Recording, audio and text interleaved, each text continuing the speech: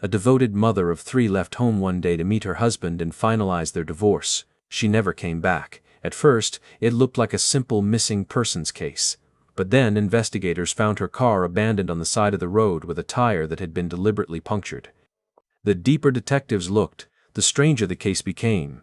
Inside her husband's home, they discovered traces of blood, a missing section of carpet, and signs of a violent struggle. Yet the most disturbing part of this case wasn't just the evidence. It was the way the main suspect behaved, calmly taunting investigators, while they searched for the woman he once promised to love. And when authorities finally uncovered the truth in a remote place known as Devil's Island, the discovery revealed a crime far darker than anyone had imagined. What really happened to Jack Waller? This is her story.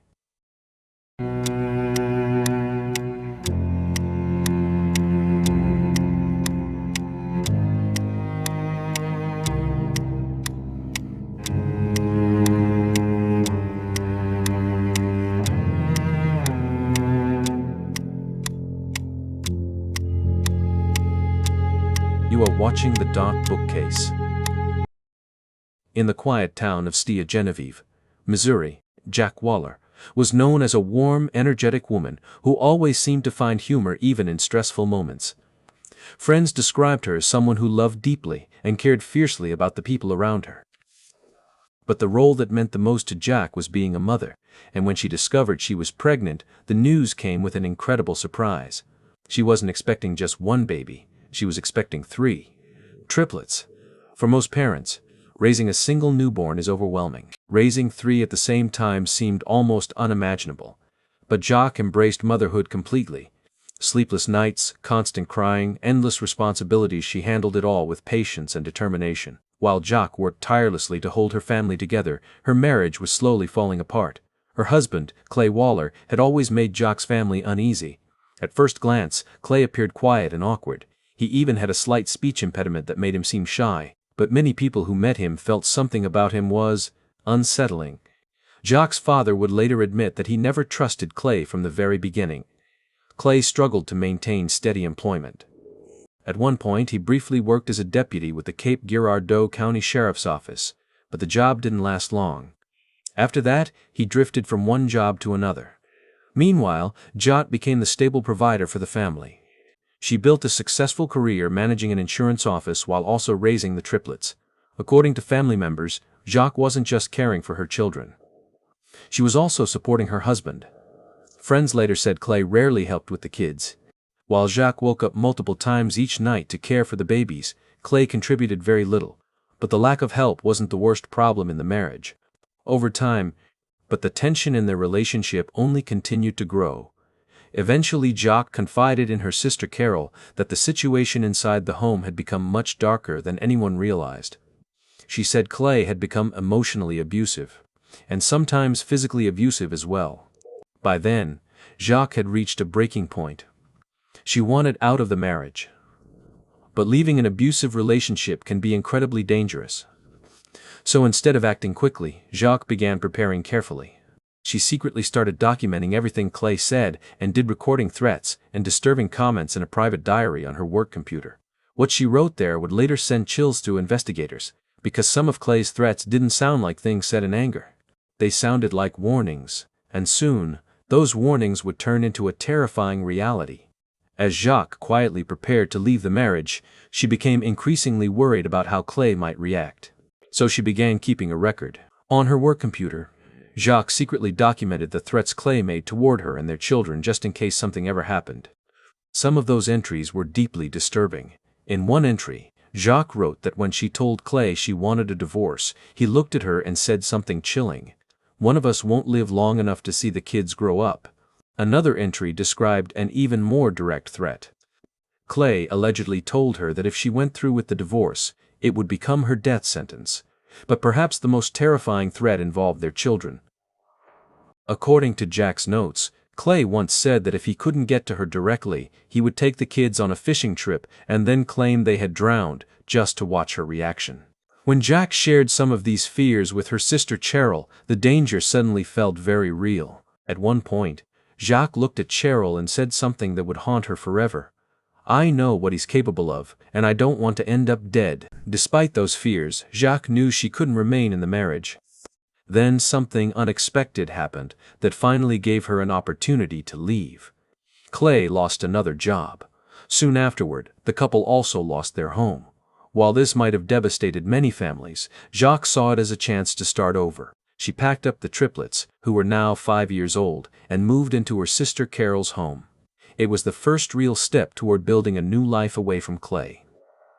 Clay moved more than an hour away to Jackson, Missouri, where he stayed in a house owned by a friend. For the first time in years, Jacques finally felt a sense of relief. The separation seemed to calm things down between them. Both Jacques and Clay even began seeing other people, and Jacques started to believe that perhaps the worst part of the conflict was finally behind her. She told her sister she felt hopeful, like they had finally turned a corner. Now there was only one thing left to do: finalize the divorce, and to do that Jack and Clay would have to meet one last time. What was supposed to be a simple meeting would soon become the beginning of a mystery that shocked an entire community. Because not long after seeing Clay that day, Jacques Waller vanished. The day Jacques was supposed to finalize her divorce began like any other, but by the end of that day she would be gone. "I just left the attorney's office," she said. "I'm pulling up to Clay's to grab Maddox, then I'll be home." That phone call would become the last confirmed contact anyone ever had with Jacques Waller. Hours passed. Carol tried calling Clay, but his answers were vague and evasive. Panic began to set in. "I knew something was wrong," Cheryl later said. "I told him if I didn't hear from my sister in 5 minutes, I was going straight to the police." She didn't wait. Carol drove more than an hour to Jackson, Missouri, and walked into the local police department. There, she made a statement that stunned the officers. "I know Clay Waller has killed my sister." Even without proof, investigators took her concerns seriously. They began piecing together Jacques' final movements. Surveillance footage from an atom captured Jacques for the last time she was ever seen alive. Meanwhile, Clay claimed she had simply left on her own, but investigators quickly noticed inconsistencies in his story. Jacques' car was discovered abandoned on the interstate. One tire was flat, but the rim showed no damage. The puncture had clearly happened while the car was stationary. Someone had staged the scene. Police soon formed a major case squad, a team of investigators from multiple agencies to handle the case. When detectives searched Clay's house, they discovered disturbing evidence: bloodstains in the hallway, a section of carpet that had been removed, and a recently disturbed crawl space in the basement. The signs pointed to a violent confrontation, but there was still no body. Days passed. Search teams combed through fields and riverbanks while Clay continued to act strangely calm. At times, he even appeared near search areas, watching investigators as they worked. But detectives were closing in, and eventually, they would uncover the grim truth about what had happened to Jacques Waller.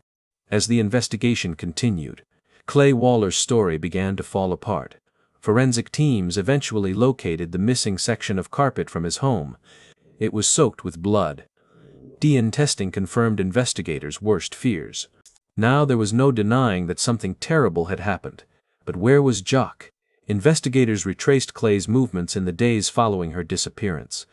Surveillance footage showed him visiting several locations while wearing different outfits, seemingly trying to cover his tracks. At one point he was seen towing a small boat. Later, witnesses saw him washing that boat, apparently trying to remove evidence. Then, a tip led investigators to a remote sandbar on the Illinois side of the Mississippi River.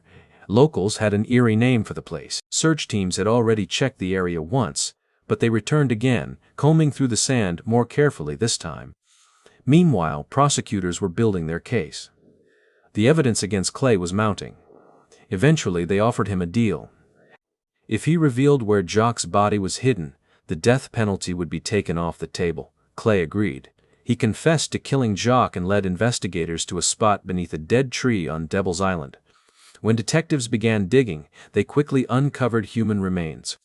Her 3 young children, once surrounded by their mother's laughter, now faced life without her. But they were not alone. For many members of Jacques' family, it did not feel like enough time for the life he had taken, but at least the truth had finally been uncovered. Jacques Waller's story is a painful reminder of how dangerous abusive relationships can become and how important it is to take threats seriously.